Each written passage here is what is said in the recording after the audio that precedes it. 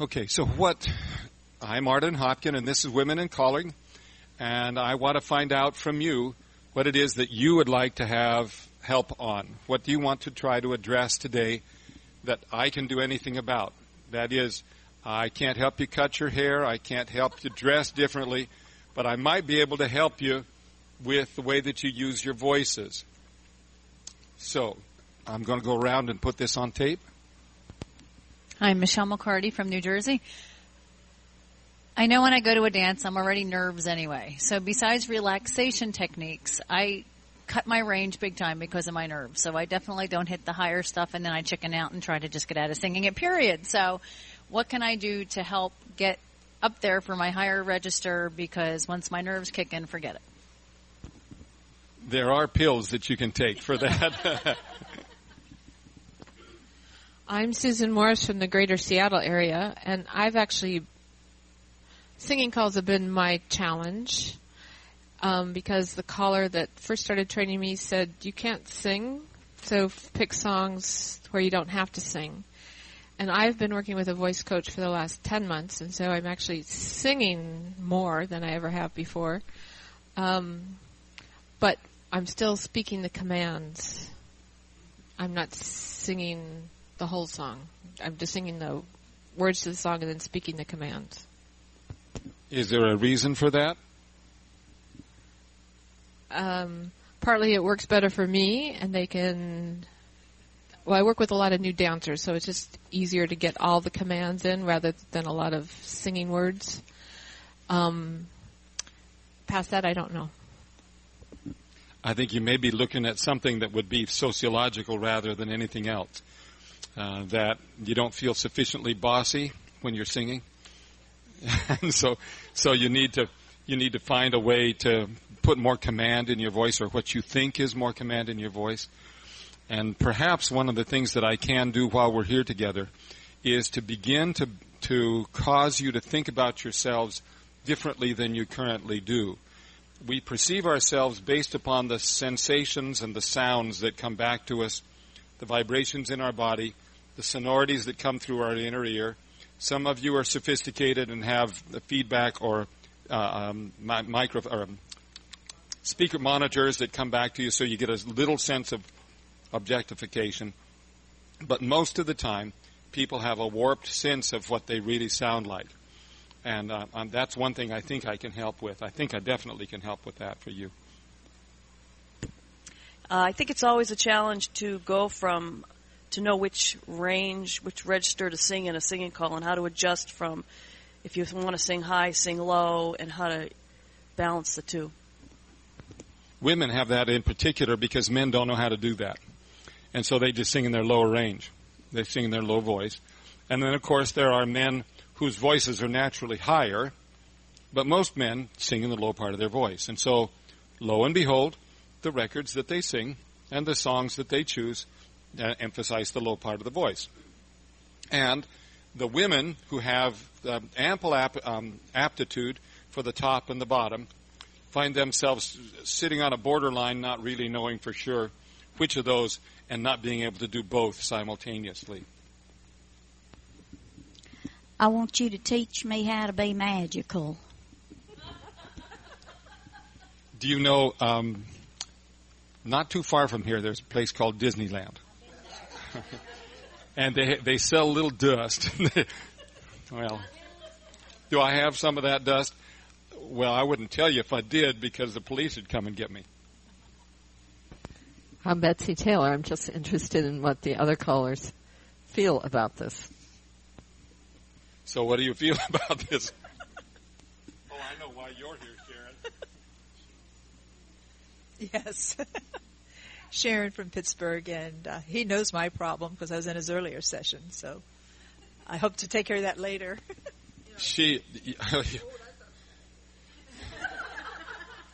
That's where I bring my magic dust out. We were late. I'm not sure what. We walked in. Yeah, what are you doing here? What do you want? He thought it would be a good idea if we came over here. He started to teach me to call, and so I thought I would come in and see what all the other women are doing. They're all involved in a thing that's called avoidance, which is, I don't know what just tell me what I need to know. Oh, no. Jeanette Stoible, Zurich, Switzerland. One thing I personally like to learn more is about the kind of changing, between the registers, or mainly being in the middle between those two registers. That's one thing. And I personally, as a coach, would like a bit to the typical problem women callers have and how to help them through. Anything for you? No. Anything for you? My name is Karin Steinhäuser from Germany, and I am here because I want to get some information for my voice, how I can use my voice. Okay. There's quite a variety of things. Anybody did I miss? Oh, sorry. But I know Fran. I'm here for the same reason as most of the others. I want to be able to improve my singing calls and be able to be more flexible with the ranges. I just had a personal session with Fran and asked her to come to do some demonstrating because she came into the session saying that she has a hard time singing calls that have been created by men because they seem too low for her. Turns out it isn't too low for her. Although we did do some things to kind of help you find the masculine side of your nature. Yeah, there's some more that's like. But we began to believe that it isn't that she doesn't have low notes. She does have low notes, and they're actually very, very good low notes. They're nice and easy to listen to. But what happens with the female voice is that they have a light voice. Most of you talk in that light voice. That's just the way you communicate. And so the muscles that control that voice are more highly developed than the muscles that are in the low side of your voice. And in Western European, American culture, a woman that accesses the low side of her voice, it's coarse, it's unrefined, and often is accompanied by sexual promiscuity. He's helping. No. What? Huh?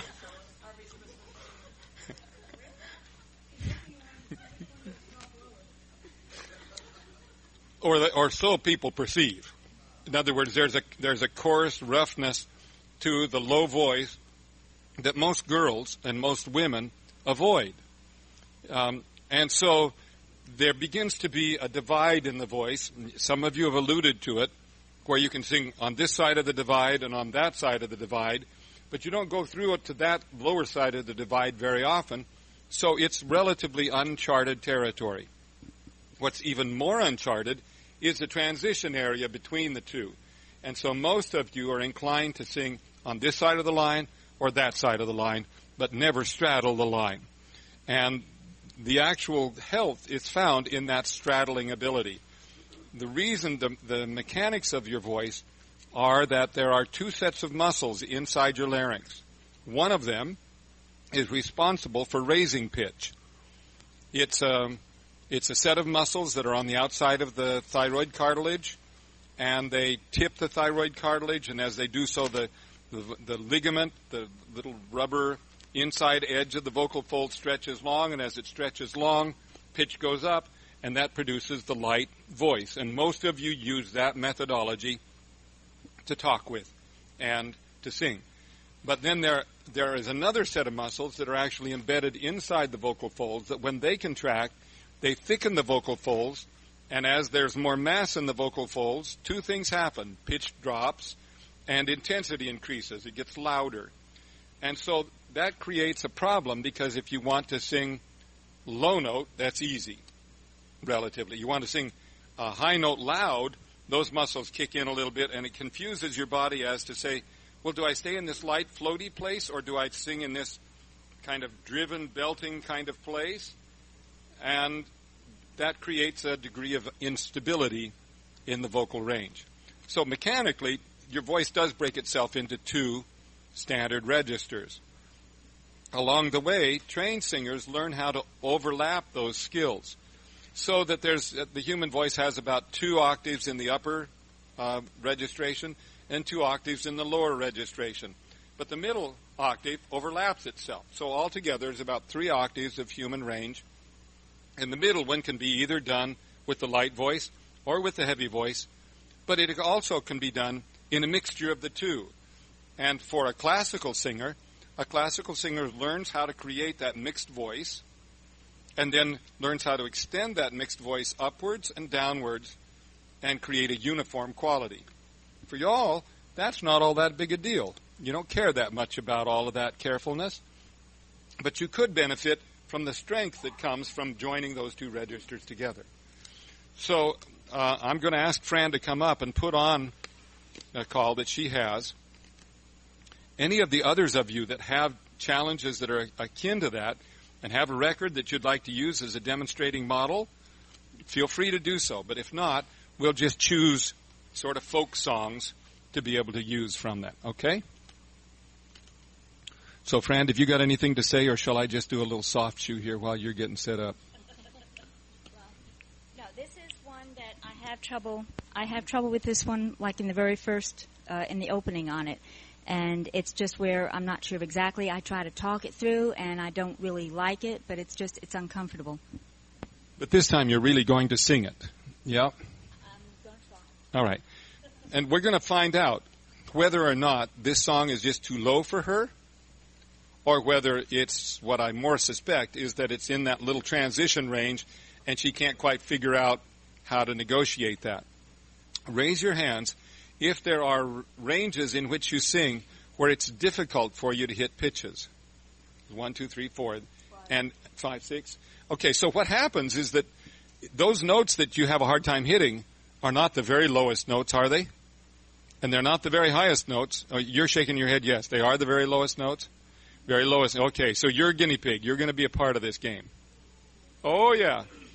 But often it's the notes just above the lowest notes. It's right in that transition range where your voice can't decide whether it's going to be this side or that, and so therefore you misfire on the pitch. And that makes you crazy, so you figure out how to stay away from that. No, you just want to plow on through. You ready? Ready. Thank you.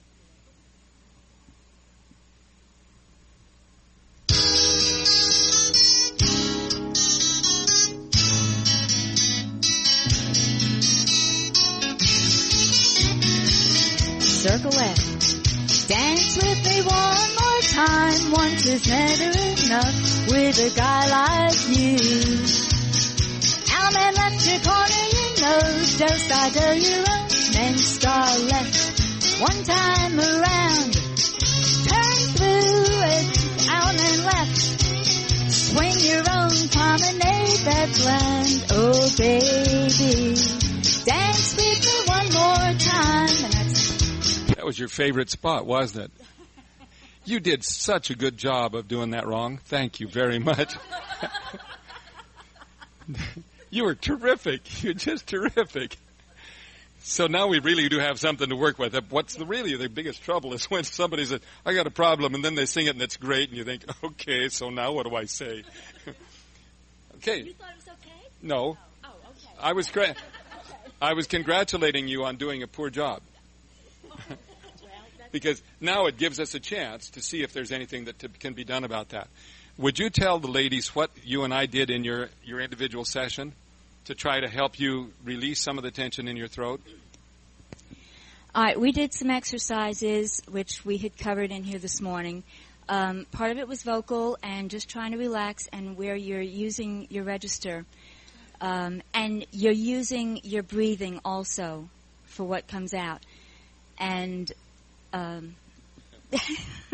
you can explain it better. It's always really interesting to have somebody say what they think we talked about. Here's what I think we talked about. First of all, in order for the vocal folds to reach the highest that they can go and the lowest they can go, they have to be relaxed. And most people, when they get nervous, get tense in their vocal folds, and therefore they lose the top notes, and they often lose the bottom notes off their range. So, you have to find a place where your voice can be at its most relaxed. There is a method that you can use to assist in that. It's very simple. It's something that you can practice with nobody being around, or you can even practice when people are around because it doesn't make very much noise. I use it when I was waking up this morning in my room to just get my voice awake because it doesn't make very much noise and it doesn't carry through the walls. So that's worth something. And all it is to form your lips into a very small U or a W like a French person would do if they were going to say the word oui. You feel it's not just a U, it's not just a W, it's more tightly drawn. And if you'll go there, you'll feel the air pressure build up and almost cause your cheeks to balloon outwards. Can you sense that? That's what I call positive pressure phonation. Now, let me tell you what that means. You can go ahead and sit down for just a second. That positive pressure, the pressure that is inside your mouth is greater than the pressure outside in the room. There are more molecules per square inch. Now, all of a sudden, don't go too far away. Then all of a sudden, your vocal folds, which normally feel responsible for controlling how fast your air leaves, create a certain amount of tension in themselves as they stiffen up to keep the air from flowing. That's the wrong choice for them to make. They know they want to just be as passive as they can and just vibrate to the breath that's passing through. By making a very small opening in your lips, you create the obstacle right here at your lips, so your vocal folds are absolved of that other responsibility. So, if Fran were singing, which she is going to do right now,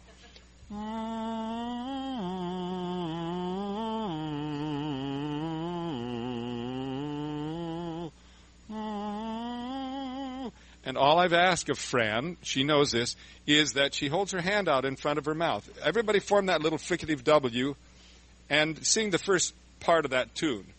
And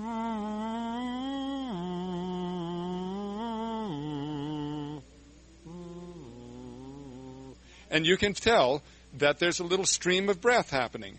The minute your vocal folds tighten up, that stream will disappear. And so it reveals to you a behavior that you're not even aware that you're guilty of. And it's a really easy way to monitor that. So now you're going to take the microphone, you're going to put the thing back on, and she's going to sing, but in that little, what I call a fricative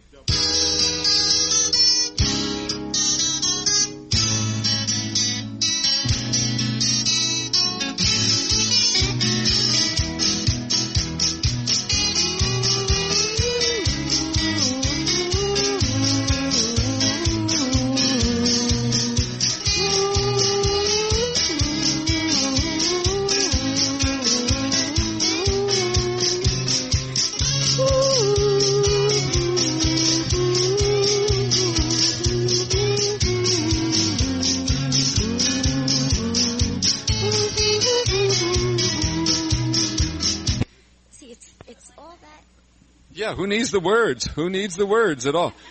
Actually, you don't have to give the calls. nah, you just put it up on a big screen and you make them read it for themselves.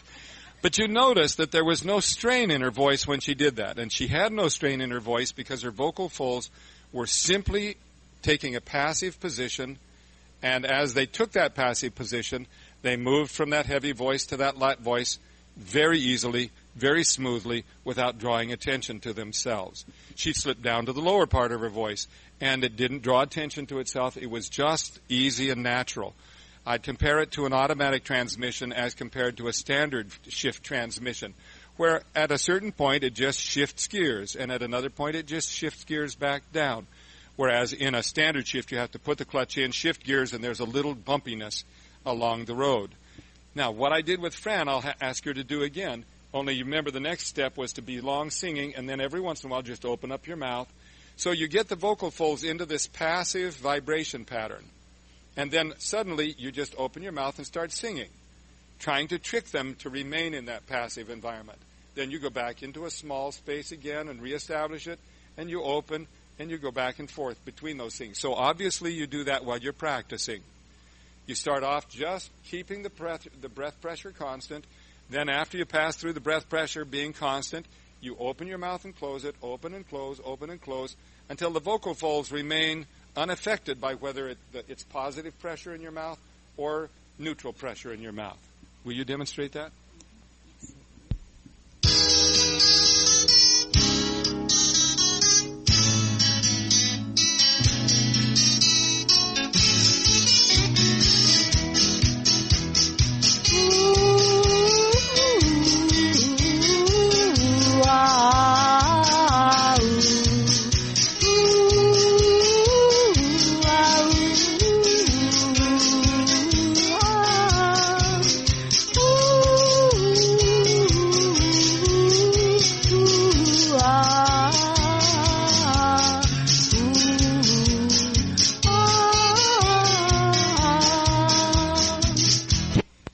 I want you to do it again. This time when you open your mouth to the words that you should be singing. Right? She just opened to a simple vowel, and that's okay. But she was pretty sneaky about it. She only opened her mouth when she was below that line. I have a single word to say about that. I'm sorry, I have to...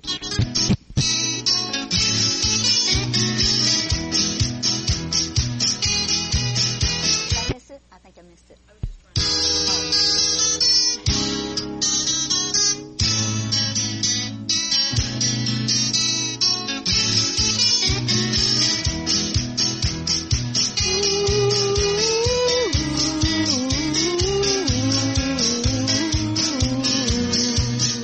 I'm an electric corner, you know.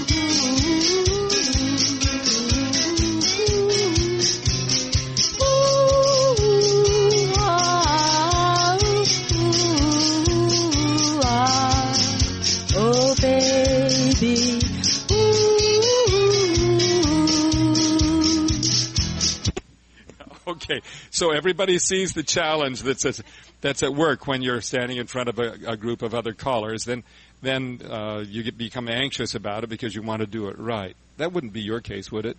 Oh, no. No, heavens, no. So the trick is to get it to really unfold. We weren't using a call because we were in a room without a machine. What song did we use? My Bonnie Lies Over the Ocean, because it has an upward leap that forces her to have to integrate those things. So I'm not going to have you up here forever because I'm going to get Michelle up here in just a second. Thanks for the warning, right? So, My Bonnie, let's start with the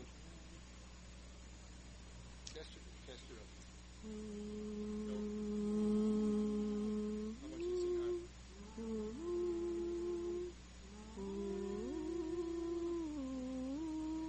Okay.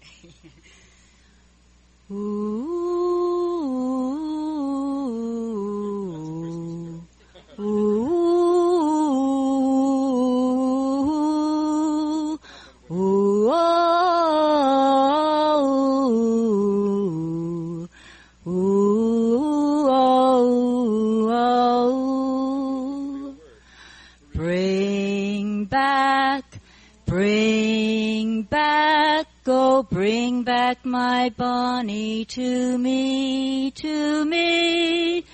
Bring back,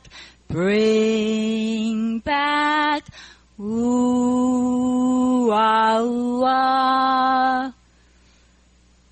Now I want you to pitch it higher. Because she's this is called avoidance, right?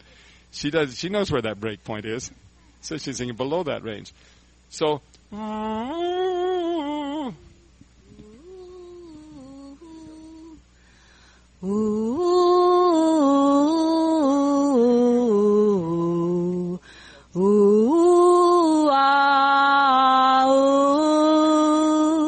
my Bonnie lies over the ocean.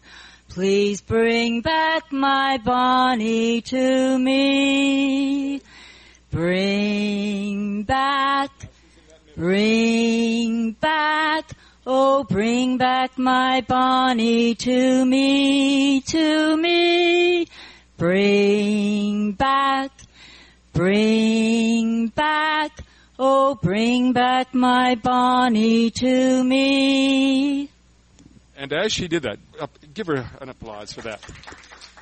She found herself neither in that high voice or in that low voice, but in that middle ground.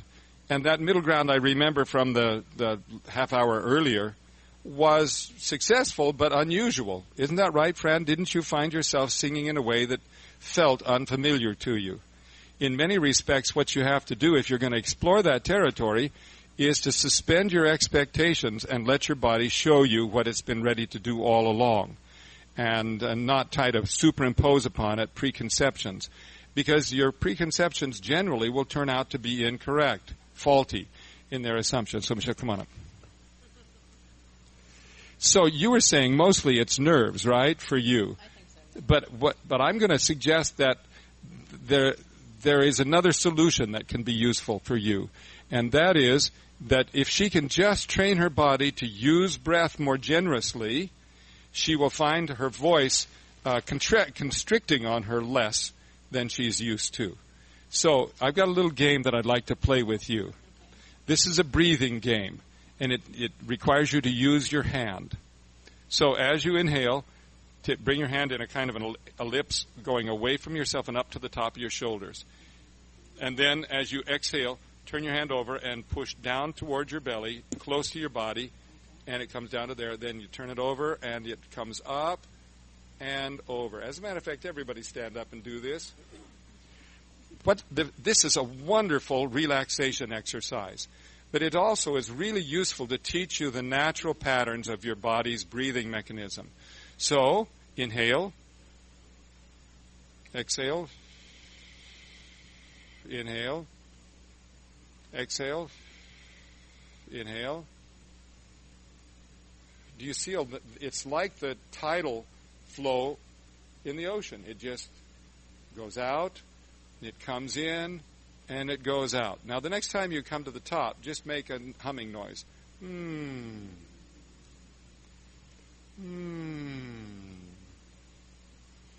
Ma, ma, ma, ma, ma, ma, ma, ma. Ma, ma, ma, ma, ma, ma, ma, ma. I like to sing. I like to sing, I like to sing, I like to sing, I like to sing. I like to sing, I like to sing, I like to sing, I like to sing. I like to sing, I like to sing, I like to sing, I like to sing. You see, there's a natural delivery, and the interesting thing is that when you get to the top of that cycle, it literally takes no effort at all to get your voice to speak. Your body's full of air, it's wanting to flow out. As it flows out, it just starts the sound through no overt effort, no overworking. So now, the trick is that when you start to sing a song, the duration of the time that you exhale is way longer than normal, and the time allowed for you to inhale is way short, so it becomes a kind of an awkward ellipse, but it still follows that basic pattern. Using the song that we were just singing, sing My Bonnie Lies Over the Ocean. So you take your breath. My Bonnie lies over the ocean. My Bonnie lies over the sea. My Bonnie lies over the ocean. Oh, bring back my Bonnie to me.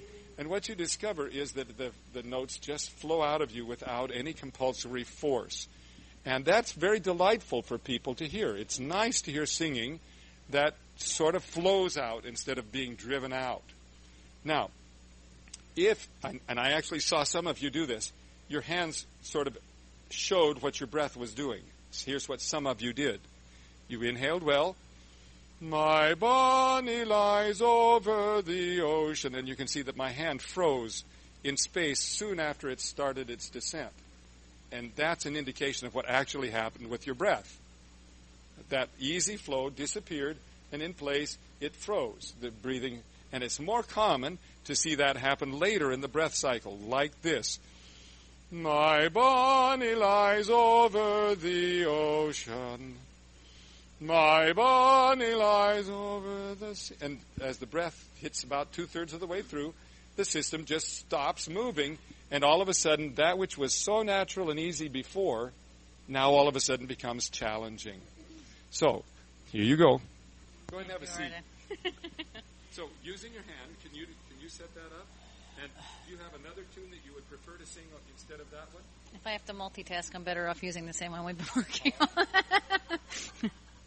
right, so first get your breathing going. So in and blow it out.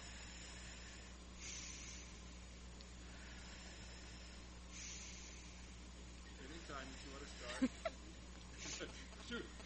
shoot for the next 45 minutes. It works for me. Okay.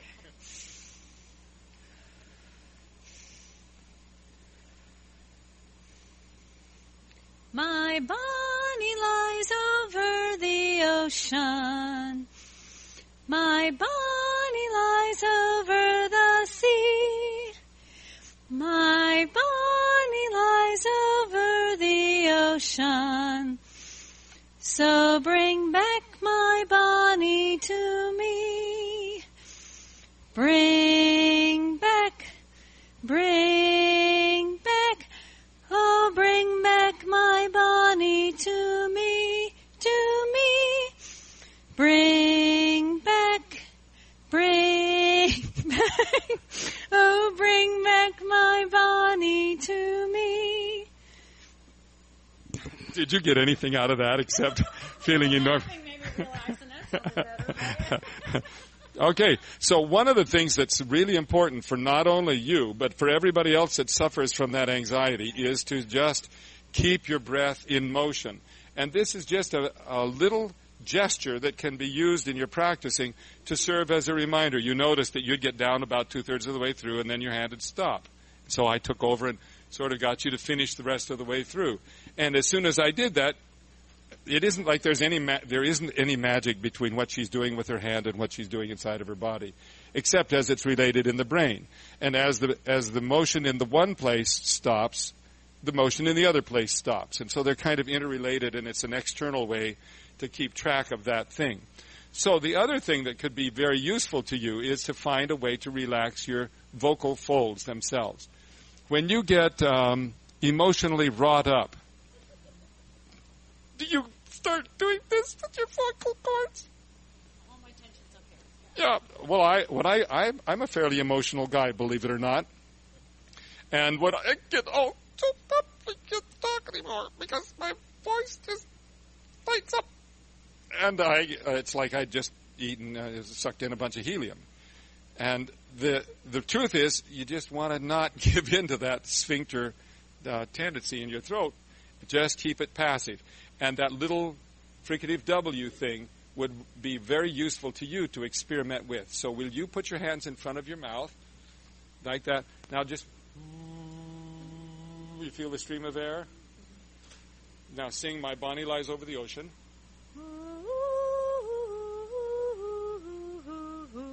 I don't even have to ask her. The breath stream stayed constant all the way through. Did it not?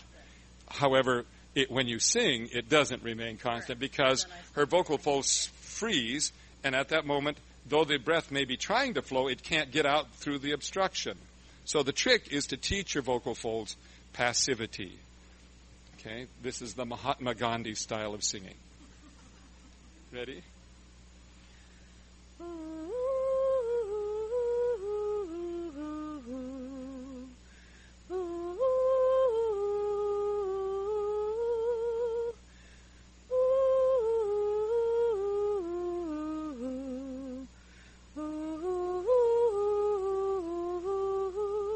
I don't know if you paid attention. First of all, very, very well done. You could see that the high notes didn't present any trouble at all.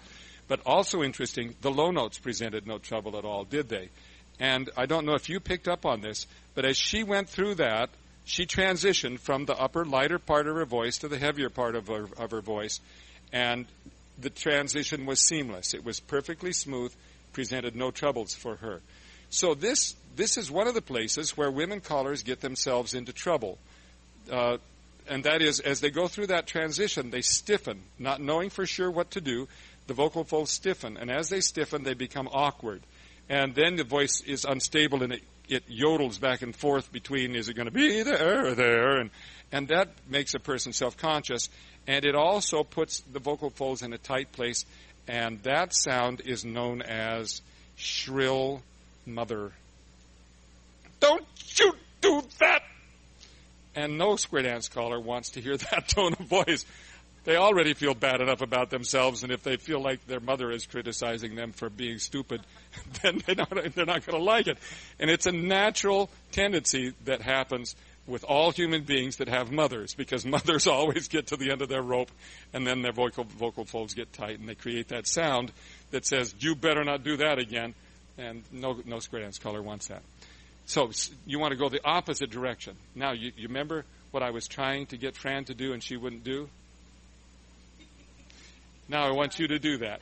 So you're just going along, and you want to trick yourself. You want to let yourself be singing along in this little thing, and then just let the words slip out, and then pull it back in and let it out. No, I'll hold on to it. You keep your hand in front. Incidentally, when you do this trick, while your mouth is in a small space, you'll feel a stream of breath on your mouth. As soon as you open up to the regular vowels, you will no longer feel that stream, and you should not be worried about it.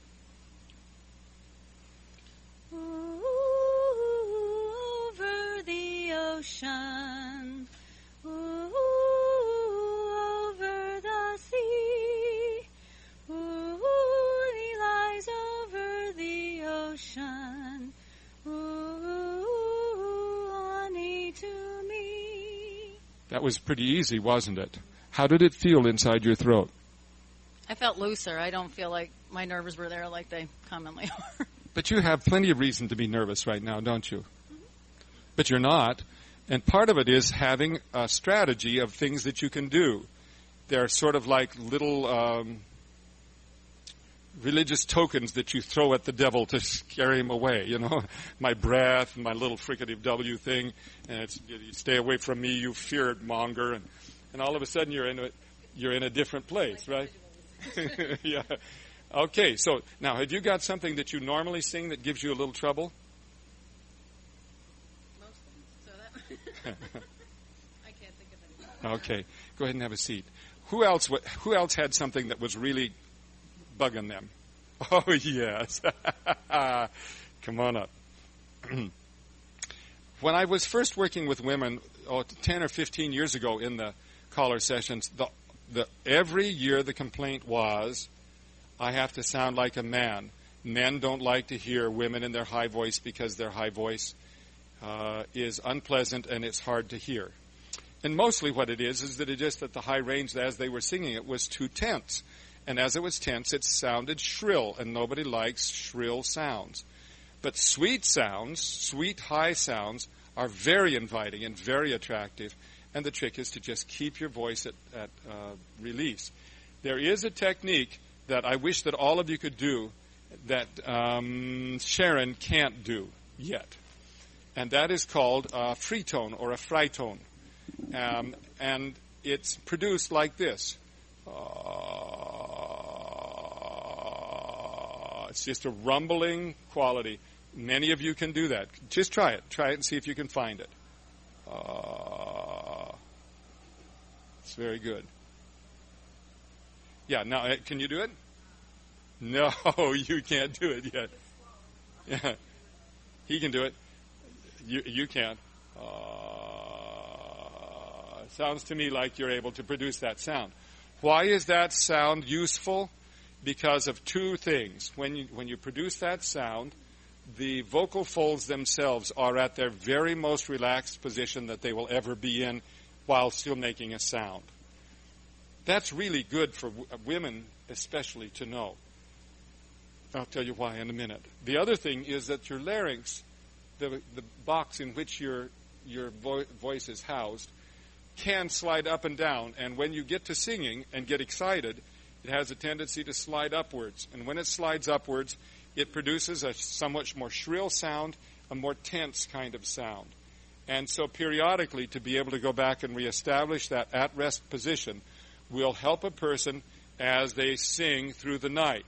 So if you have a whole evening of calling to do, at the end of every tip, if you'll just step away from the microphone and for about 10 or 15 seconds do a fritone, you'll find that by the end of the evening, you will have not lost the bottom notes or the top notes.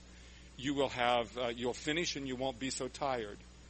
When a muscle works really, really hard, it it stays tense even when you try to relax it. I need a volunteer, one of you guys. There's two of you here. Would you be my volunteer? What I want you to do, this is a thing I used to do when I was a child. And, you know how teenage boys are. They love to do stupid things.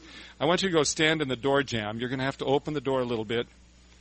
And I want you to take the back of your hand and press it against the door and the door jamb so that the other door that's closed. So we're going to watch what happens. Excuse me. Okay, Joe, you're going to put one hand right here, the back of your hand like that and like that. And you're going to press out against that wall for a minute. Try to move the door jamb. And what will happen with Joe is he stays at this task, and then he steps away from the door jamb, puts his arms at his side, and immediately they levitate. And they do so because the muscles that he's flexing are so drawn and tight that when they go to relax, they don't know how to relax, and they just continue to flex. Yeah. Okay, so he lets... And that's what happens to the high part of a woman's voice. She uses those upper muscles a lot, and so the muscle fibers inside of themselves get tightly drawn, and all of a sudden you can't find low notes to save your life. Raise your hand if after you've finished the night you have a hard time finding the bottom of your voice. Do any of you women have that trouble? No? Do you have trouble with the high? Finding the high? Okay. So now, the finding the fritone is going to be the means whereby you can shake that kind of tension out. Okay, so Sharon couldn't find a fritone in the first session this morning, so we're going to kind of sneak up on her a little bit. Can you make a lip buzz? Motorboating? I don't think I can. Do you know why it won't happen? Because she has no breath flowing.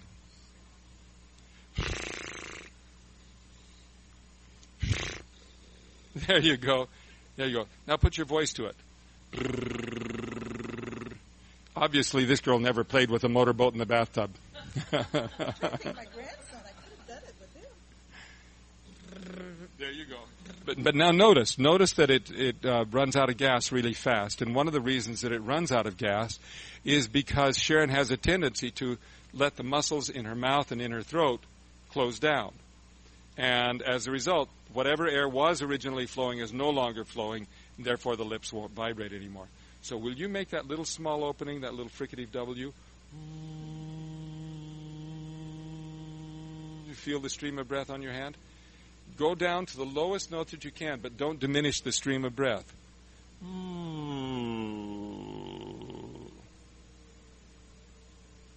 Start higher and glide downward, like this. Higher. There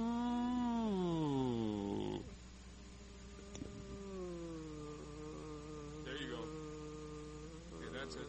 You hear it right on the verge of breaking over. Start up higher again. Sharon shows the classical example of a set of vocal folds that are perpetually stiff, and there are a couple of reasons why that shows itself. One is that as she tries to glide, instead of gliding smoothly, it jerks from range to range to range, and then there are breaks along the way, and then she hits the bottom, and instead of being able to relax into it, they hit this point where they say, I can't relax anymore.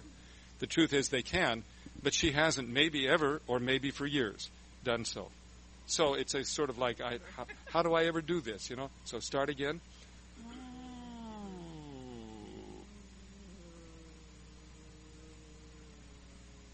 There you go. That's lower than you went this morning. Now open your mouth.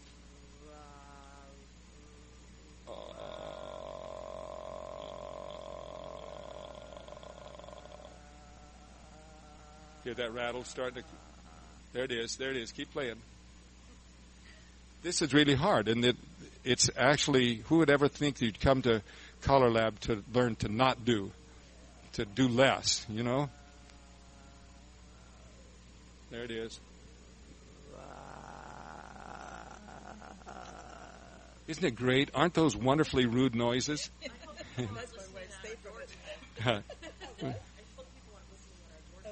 No. Now, the reason that that's really important for Sharon is because she has some limitations on her range, right? That's where we were talking. And as a result of that, her vocal folds, when they're stiff on the bottom, they will be likewise stiff on the top. And anything that she loses off the bottom, she will lose off the top. And if you want to find a way to keep your vocal folds to get higher range and lower, you just try to keep passivity in the muscles. So the vocal folds serve two jobs. One of them is to serve as a sphincter valve and tighten down tight so that when you want to lift a heavy object or fight or do something that's masculine, then you clamp down that sphincter valve, and it keeps the lungs full of air and makes the torso stable. You open that valve, and then all of a sudden the upper part of the torso is more flexible and less firm. So people, weightlifters, are notorious for this. They'll take heavy weights and they'll go, and they'll train that sphincter to be really tight to make more power in their upper body. I don't think that was your case. I don't think so. But somewhere along the way, you learned to maintain a kind of a tightened position. So, what have you got here? What a wonderful world. Let's do it. Let me hear what you do. It's going to be more towards the end where it says, and I think to myself, what a wonderful world that I can't. I can wait.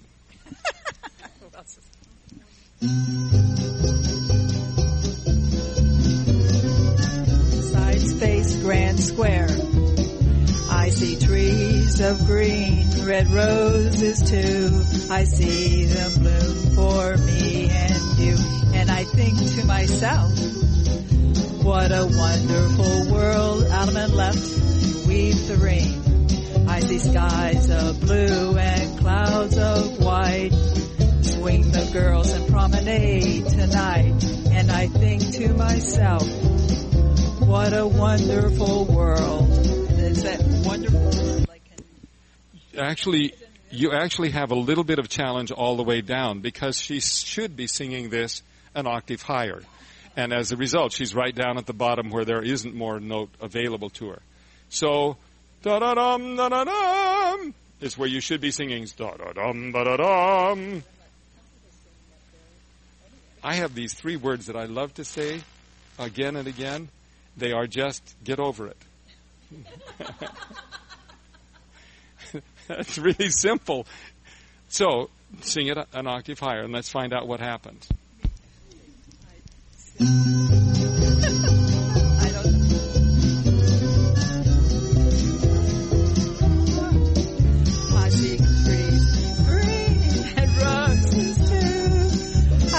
Bloom for me and you, and I think to myself, what a wonderful world. Almond left and weave the ring. I see skies of blue and clouds of white. Swing the girls and promenade tonight, and I think to myself, what a wonderful world. I don't like my it sounds nice. I like it a lot that way. Fran, do you have anything to say about perceptions? You went through this very same thing just a bit ago, didn't you?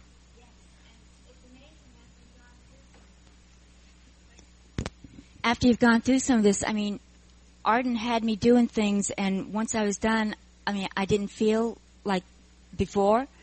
It just felt so much more relaxed. And I was doing things like, yeah, it sounded different and it sounded good. Whereas other times I didn't think it sounded that great. Mostly what we have to do is to shift your perception of your singing. And there's a nifty way to do that. Stand up for just a second. If each one of you, when you're practicing, were to take your hands and cup them backwards around your ears in this fashion, and do that on both sides of your head, then what happens when the sound that comes out of your voice will not sound like you, because we are used to hearing that sonority that's right directly in front of ourselves. And when you block that away, all that remains is that which is out in the room coming back as an echo to you. So it is one of those ways that you can hear yourself in a somewhat objectified fashion. All right? So I'm going to let you hold the microphone, and you hold the music, and I'm going to be your ear block. I thought that I could get, I probably wouldn't get rich, but I'd like to create something that allows it. It's sort of like a nun's wimple that sits right around here that doesn't allow the sound that's here in front. I've never had the courage to ask him that if I get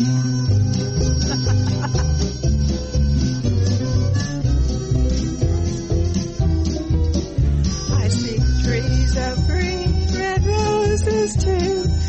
I see them bloom for me and you, and I think to myself, what a wonderful world. Out and left and weave the ring. I see skies of blue and clouds of white. Swing the girls and promenade tonight, and I think to myself, what a wonderful world. There's another thing that you don't like about that range, and that is that it straddles across that high voice, low voice divide, and you found yourself aiming at a note, and all of a sudden it jumped into another place, didn't it? So let's see. Who was it? I know I did a little bit of time with Fran. You sort of find yourself in that intermediate place. Did you do that too, Michelle? Did you find yourself sort of going back and forth between the high and the low without being quite so polarized? Yeah. It has to do with the constancy of your airflow. And girls get scared of that range, and so they freeze up and they hold back the breath, which just makes the situation worse instead of just plowing right straight on through. So, would you come and stand in front of her, Sharon, and do this little thing with your hand to kind of coax her? Yeah, face her.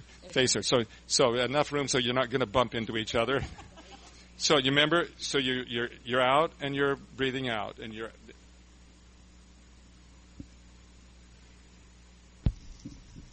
just have to keep your breath in motion.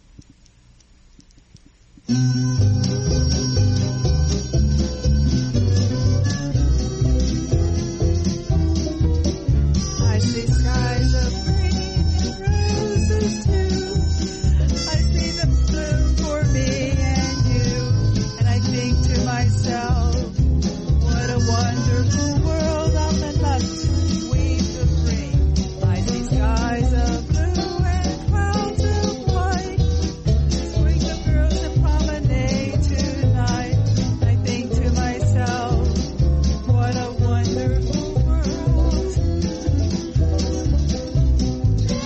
And ladies, ride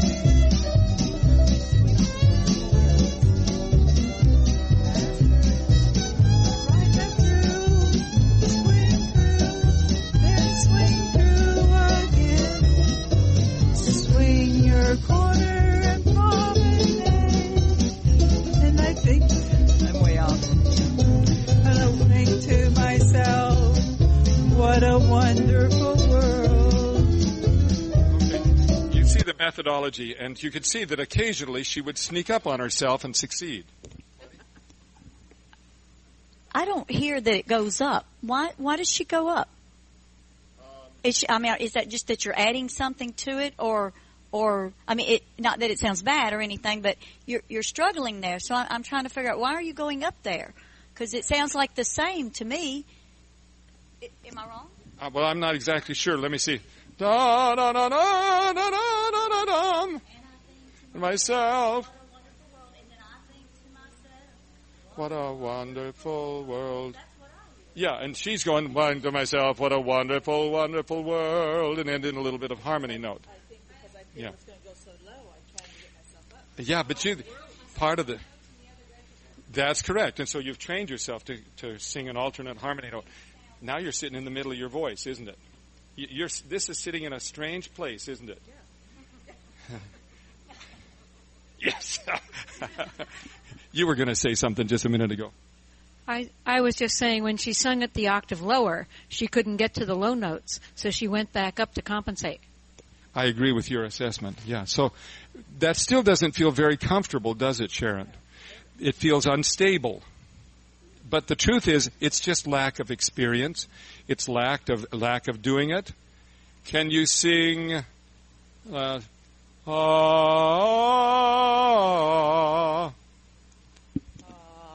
wait.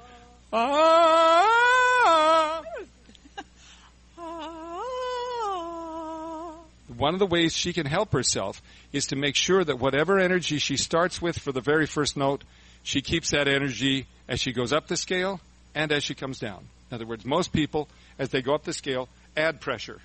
And as they come down the scale, they diminish pressure. And it makes it unstable.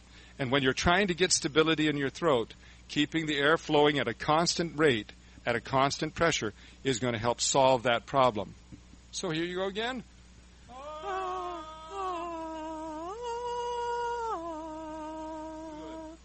Just a little bit.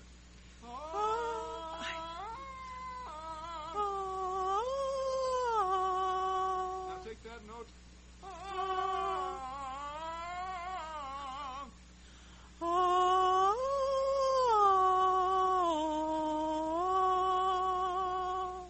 Do it again.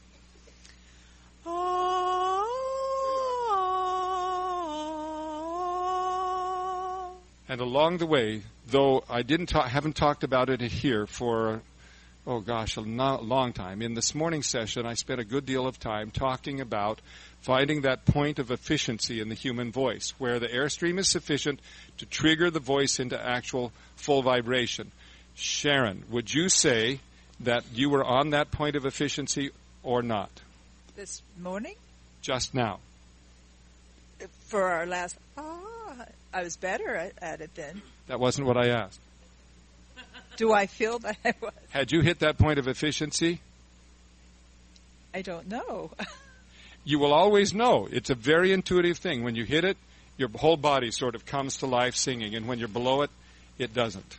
Then I would say no. I agree with you. So now, you remember the little pinwheel? Make the pinwheel go faster. Same exercise.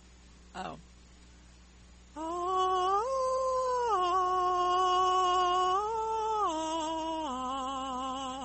Right. Do it again.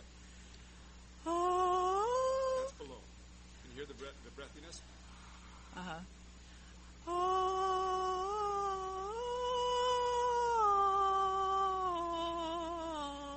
Okay, now put the tune back on and sing on that point of efficiency. You actually were there. Sure. You can put your finger if you want.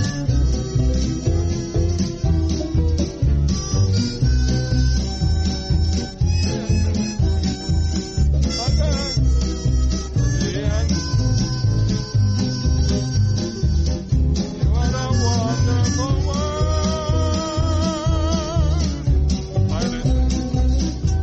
There it is. Now let's start again. I see. Now.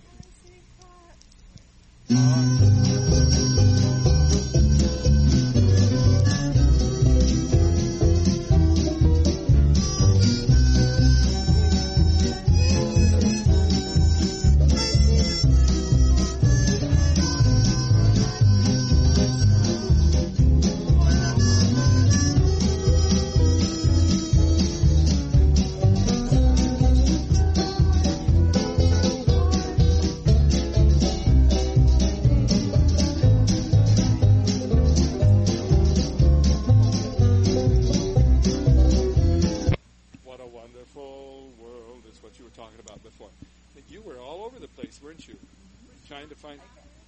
Pardon? Was she not higher than? No, she went quite a bit too high. And part of what's going on with her right now is that she's not exactly sure where she's supposed to be, because as you get this air flowing, your sense of your own geography inside starts to change. You can't tell what's high and what's low anymore.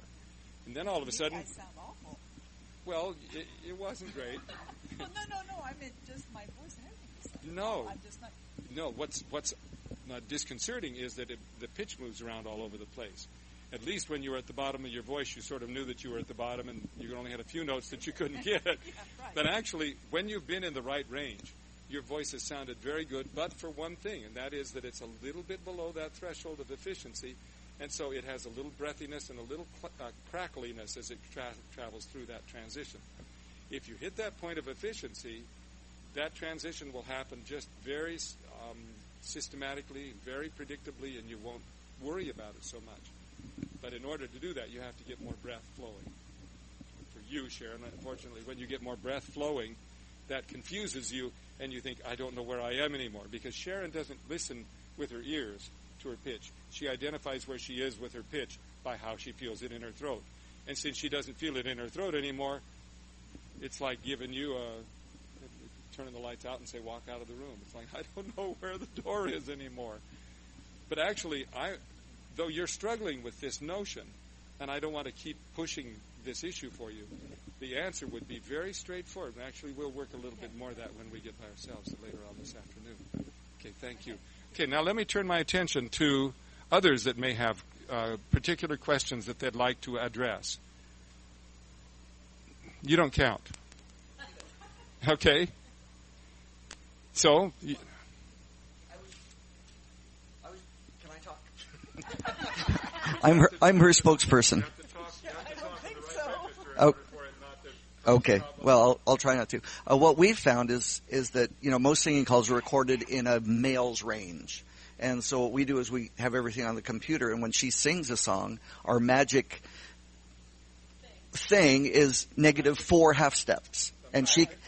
Yeah, so if we bring it down 4 half steps, she can sing it, and then, or of course, she goes up 5 half steps. Either way, so that might help.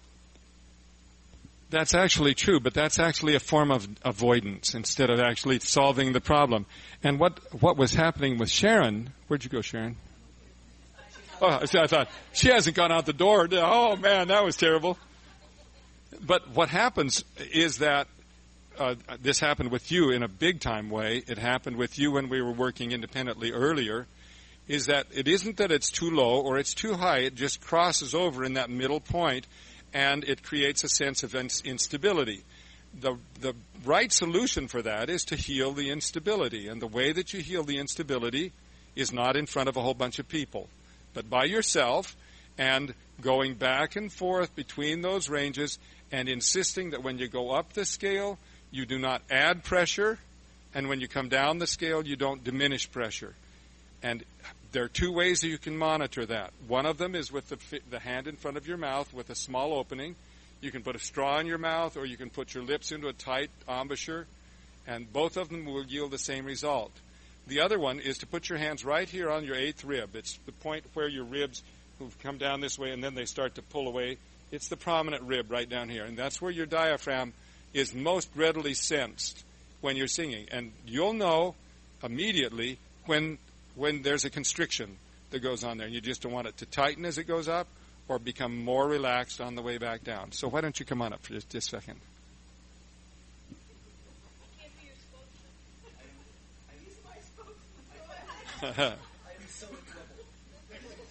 But come on up. Okay, so I don't know if this is appropriate. Would you like to do some hand monitoring here? Some. Yeah. Okay, so stand up. No, tickling. Can you find her 8th rib? Yeah. Is that on the right or the left? They're both. Yeah. So right about there, and right about there. Okay, so now, what are you going to sing? Whatever she wants. Yeah, what do you want to sing? I don't want to sing. What kind of a folk song would you sing? Yeah. No. Old Brown's Ford has a puncture in his tire.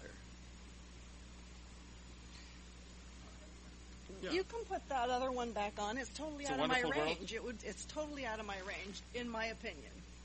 So let's find out. Can we borrow it? And the job that you're trying to do is to keep your stream of breath constant. You tell on her if she starts to constrict there. No constricting. Yeah. And I'm constricted already. Now, form your lips into that little W. And it just has to remain constant.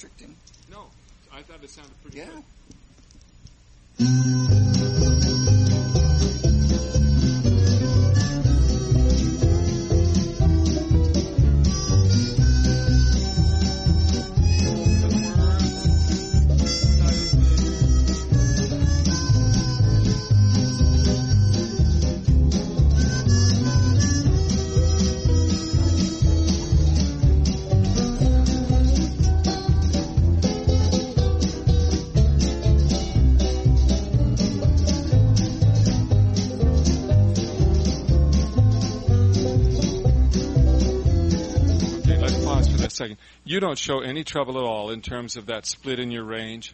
None at all?